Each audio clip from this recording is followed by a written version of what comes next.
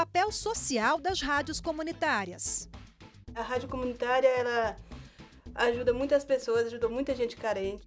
A prática de defender doutrinas, ideias, partidos ou religiões específicas. Hoje se permite que haja veiculação de programas específicos voltados, por exemplo, para uma religião ou para um segmento. E a liberdade, a manifestação de pensamento. Toda forma de controle de informação e de expressão faz com que alguém que não é o autor do pensamento e do que se quer expressar impeça a produção, a circulação, a divulgação do pensamento, da criação, da expressão. Olá, uma decisão que traz autonomia e resgata o direito de receber e divulgar informações de conteúdo religioso. Nesta edição do Grandes Julgamentos do STF, vamos falar da decisão dos ministros do Supremo Tribunal Federal que declararam inconstitucional a proibição de discursos doutrinários em rádios comunitárias. Até então, esses veículos de comunicação tinham que ser neutros em determinadas causas e ideologias e não podiam apoiar grupos religiosos.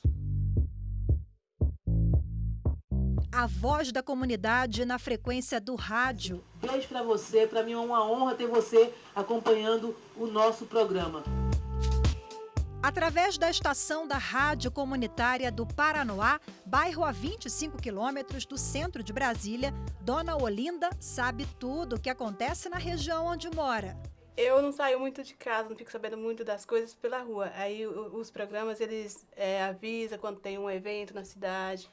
Isso é muito bom. Eu fico sabendo dos eventos, apesar que eu vou muito pouco, mas eu fico sabendo dos eventos pela rádio. E ouvinte sempre interessada com o que acontece na comunidade também exige conteúdo na programação. Estou sempre ligando, participando dos programas, dando parabéns para os locutores, ao novo programa. Sempre estou atenta.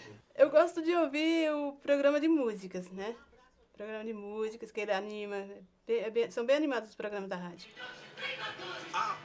Do outro lado da frequência, uma equipe de rádio pequena que atende os interesses da população local em 26 programas. Além de cuidar da programação, o radialista Francisco Coelho tem um programa de notícias na rádio.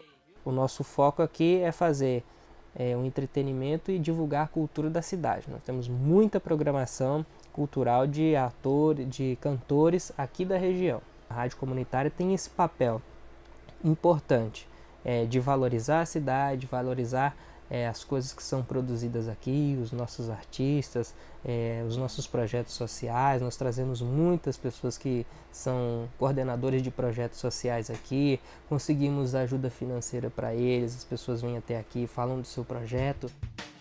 A rádio comunitária é um tipo especial de emissora sonora que funciona na frequência em FM com potência limitada, a 25 watts, ou seja, com alcance de pouco mais de 1 quilômetro em uma comunidade. No Brasil, o Serviço de Radiodifusão Comunitária foi criado pela Lei 9.612, de 1998, e regulamentado pelo Decreto 2.615, do mesmo ano. Era um momento em que havia uma perseguição muito grande em cima dos apaixonados pelo rádio, né? Do movimento que a gente chama, na época nós mesmos chamávamos de rádio pirata, né? Porque a gente tinha que ser pirata, porque não tinha concessão. E aí a gente pirateava, né, as ondas que já existiam. E aí a gente queria regulamentar o serviço, né? Então nós fizemos uma grande movimentação no Brasil inteiro e aí, durante essa movimentação foi construindo o ideal para uma rádio que fosse realmente comunitária, né? Que fosse da própria comunidade, né? O tripé do nosso conceito, ele passava pelo pluralismo, né? Pela gestão pública, né? Participação direta da comunidade. E também a não lucratividade dos seus fins, né, da emissora ou da entidade. Já fez aquela limpeza para não entupir os esgotos? A chuva está aí! De acordo com a lei, as rádios comunitárias são proibidas de vender anúncios na programação. Não podem obter lucro, mas o apoio cultural é permitido.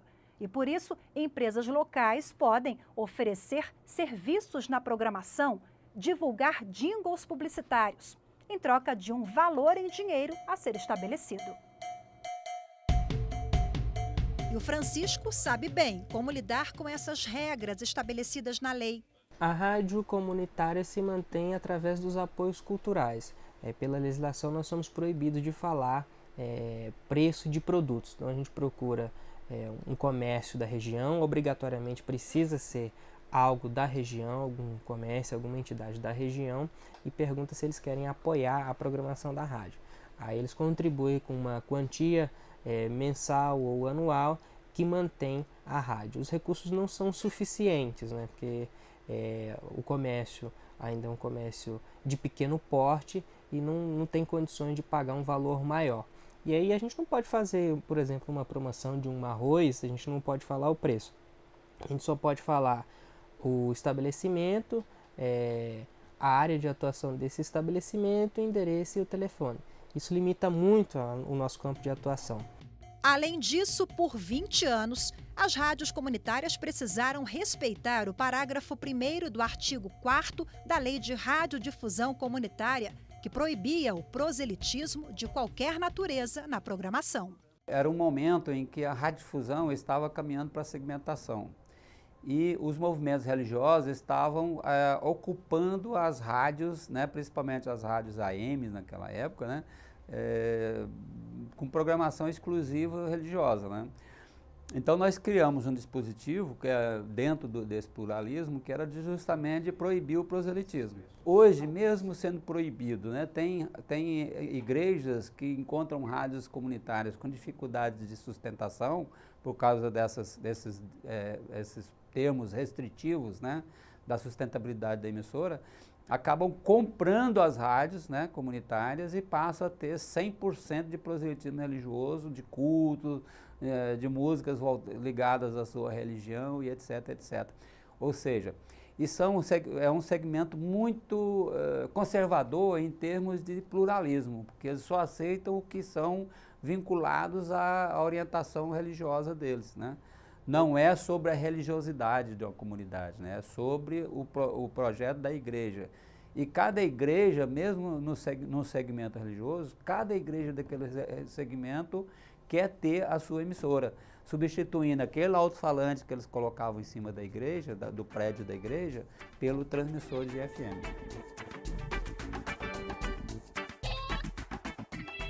Daqui a pouco, direto do plenário do Supremo Tribunal Federal, você vai ver o posicionamento dos ministros que declararam inconstitucional uma lei que estava em vigor há 20 anos e proíbe o proselitismo em rádios comunitárias. Fique com a gente, até já!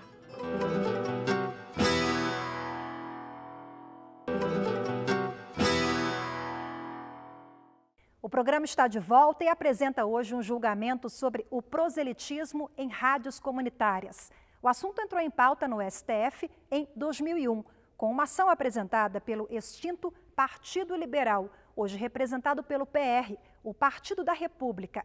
A legenda argumentou que o artigo da lei que proibia o proselitismo impedia a livre manifestação de pensamento e de crença religiosa. Em 2002, o Supremo negou o pedido de medida liminar para suspender o veto ao proselitismo. Mas, 16 anos depois, em maio deste ano, com uma nova composição de ministros, o tema voltou à pauta de julgamentos. Desta vez, o plenário decidiu o mérito da questão. No julgamento, o relator ministro Alexandre de Moraes votou pela manutenção do parágrafo 1º do artigo 4º da Lei 9.612, de 1998. O dispositivo veda o proselitismo em rádios comunitárias. O ministro considerou que a vedação da lei visa assegurar o respeito recíproco entre as diversas correntes de pensamento e evitar a veiculação de uma linguagem com conteúdo autoritário de ideias políticas, religiosas, filosóficas ou científicas, sem que se permita a contestação.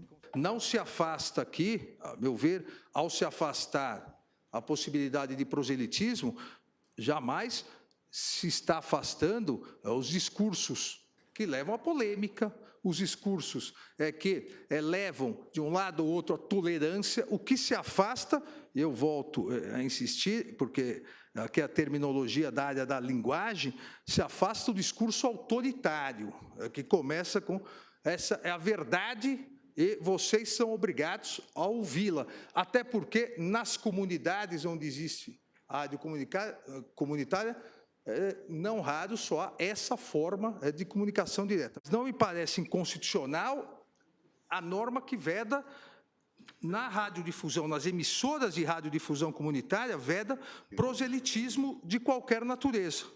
Essa norma busca, insisto, busca exatamente respeitar a finalidade da criação das rádios comunitárias. Para o ministro Alexandre de Moraes, a proibição do proselitismo não se confunde com censura prévia. Nessa vedação, não se trata de permitir uma censura prévia. Agora, aqueles que, contrariamente à lei, contrariamente às finalidades e princípios pelas quais foram criadas as rádios comunitárias, aqueles que pretendem realizar programas, pretendem exercer esse proselitismo, eles perderão a rádio comunitária, ou seja, o que a Constituição permite. É uma sanção posterior, nunca uma censura prévia que poderia, obviamente, aí sim, estaria a macular a Constituição. O ministro Luiz Fux também seguiu o relator pela manutenção do veto ao proselitismo nas rádios comunitárias.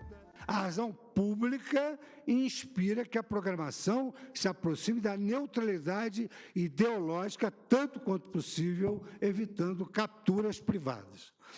Ademais, nos casos de rádios comunitárias, em especial nelas, o proselitismo constitui uma ameaça à democracia, à cidadania, ao pluralismo político, ao pluripartidarismo e à soberania popular, mercê de possibilitar que prestadores de radiodifusão filtrem, restringam ou manipulem informações da própria opinião pública na medida dos interesses de seus sócios e associados. Então, as rádios comunitárias não são aquelas concessões livres, tão livres quanto a liberdade de informação. Elas são concessões, às vezes, mal utilizadas. Pelo menos é o que revela a experiência prática. O julgamento começou a tomar outro rumo após o voto do ministro Edson Fachin. Ele abriu a divergência, por entender que há inconstitucionalidade na legislação. Durante o voto, o ministro destacou a importância da liberdade de expressão e de pensamento e citou vários dispositivos da Constituição Federal sobre o assunto. O que não tem sentido é proibir-se em caráter absoluto o exercício da liberdade de pensamento, especialmente no plano da difusão de ideias, ainda que com finalidade de proselitismo, sendo irrelevante, sob tal aspecto, que se trate de proselitismo de natureza religiosa.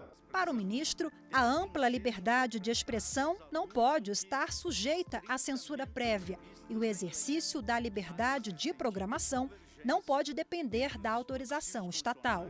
O Estado não tem, disse o eminente ministro Celso de Mello, nem pode ter interesses confessionais.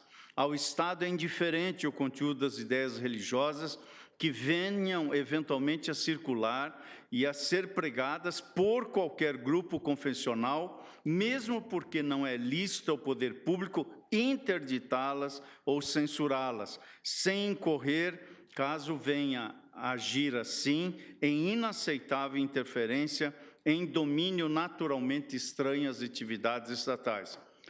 E acrescentou o eminente ministro Decano, é por essa razão que não hesito em proclamar e destacar a relevantíssima circunstância de que, no contexto de uma sociedade fundada em bases democráticas, torna-se imperioso reconhecer que temas de caráter teológico ou concepções de índole filosófica que busquem atribuir densidade teórica a ideias propagadas pelos seguidores de qualquer fé religiosa estão necessariamente fora do alcance do poder censório do Estado, sob pena de gravíssima frustração e aniquilação da liberdade constitucional de crença e de disseminação sempre legítima das mensagens inerentes às doutrinas confessionais em geral. O ministro Luiz Roberto Barroso acompanhou a divergência e ressaltou controle prévio de conteúdo.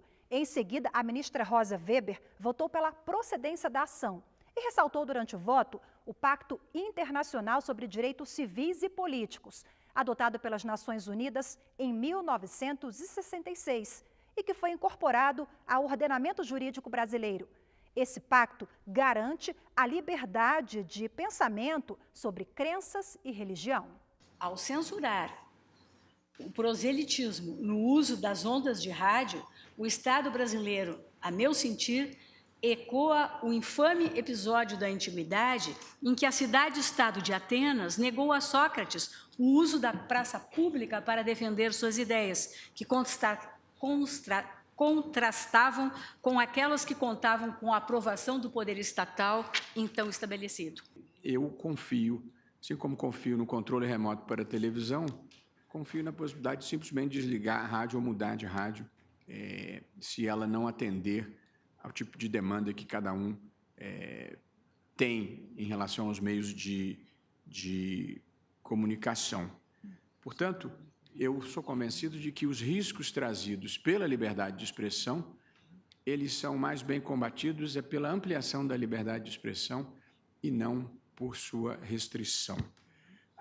E eu penso que de quando o Supremo Tribunal Federal concedeu esta liminar em 2002 para cá, o Brasil mudou e a jurisprudência do Supremo Tribunal Federal mudou de maneira muito significativa, ou avançou de maneira muito significativa nessa matéria de liberdade de expressão. E, posteriormente, o ministro Ricardo Lewandowski também acompanhou a divergência. Ele ressaltou que o termo proselitismo pode colidir com a liberdade de expressão que é garantida pela Constituição de 88. Os ministros Marco Aurélio Celso de Mello e a presidente do STF, ministra Carmen Lúcia, foram contra o entendimento do relator. Avaliaram que a livre manifestação de ideias, de pensamentos e de crença religiosa não podem ser impedidas pelo poder público. Toda forma de controle de informação e de expressão faz com que alguém que não é o autor do pensamento e do que se quer expressar impeça a produção, a circulação, a divulgação do pensamento, da criação, da expressão, enfim, do outro na sua integralidade. E controla-se não só a palavra, mas todas as formas de expressão do outro, o que significa que uma pessoa tenta controlar o outro. O censor é sempre alguém que quer se fazer senhor, não apenas da expressão, do pensamento, do sentimento de alguém, mas também controla o acervo de informação que se pode passar ao outro e, portanto, nós temos que considerar não apenas quem expressa, e se expressa, no caso das rádios comunitárias, por aquela programação, mas se expressa quem ouve, se controla quem ouve, se faz com que a expressão, que deveria ser plural, não possa ser passada e se faz aqui, tal como entendo, sim, uma forma de censura prévia. E, por isso mesmo, haveria, além da agressão, a meu ver, à liberdade de expressão, à liberdade de manifestação, também uma desigualdade relativamente a outras rádios, que não têm esse tipo de vedação e que, portanto, se ampliam na possibilidade de dar ensejo a todo tipo de ideia, porque não há essa vedação que é prévia e que tem o seu saneamento, se for o caso, por eventuais excessos, no Poder Judiciário e na própria, portanto, condição de se ter a garantia da Constituição sem qualquer tipo de dificuldade. Farei juntada do voto, mas proclamo o resultado no sentido de ser julgado procedente o pedido formulado para declarar inconstitucional o parágrafo 1º do artigo 4º da Lei 9.612, de 98. As liberdades do pensamento são prerrogativas fundamentais, todas elas de extração eminentemente constitucional, e cujo respeito efetivo por parte do Estado e de seus agentes qualifica-se como pressuposto necessário à própria legitimação substancial do regime democrático. A livre expressão e divulgação de ideias não deve ser obstada, não pode ser impedida pelo Estado. E se abuso houver, caberá suprimi-lo, neutralizá-lo, mediante controle jurisdicional a posteriori. Essa expressão proselitismo é uma expressão de caráter indeterminado, que se presta a vários tipos de interpretação, e a nossa Carta Magna é absolutamente unívoca, direta, categórica, em assegurar a mais ampla liberdade de expressão. E penso que um dispositivo legal vazado nesses termos poderia, e de fato pode, colidir com os dispositivos da nossa Carta Magna, que defendem não apenas a liberdade de expressão, mas também a liberdade ampla de comunicação por parte da mídia em geral.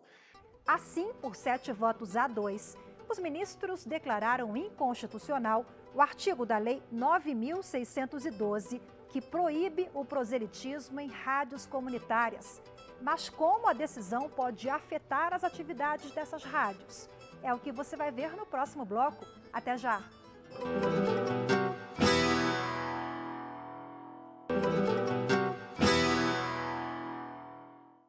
Censura prévia, ofensa ao princípio da liberdade de expressão. Esses foram alguns dos argumentos dos ministros do Supremo Tribunal Federal ao declararem inconstitucional o parágrafo 1º, artigo 4º da Lei de Radiodifusão Comunitária.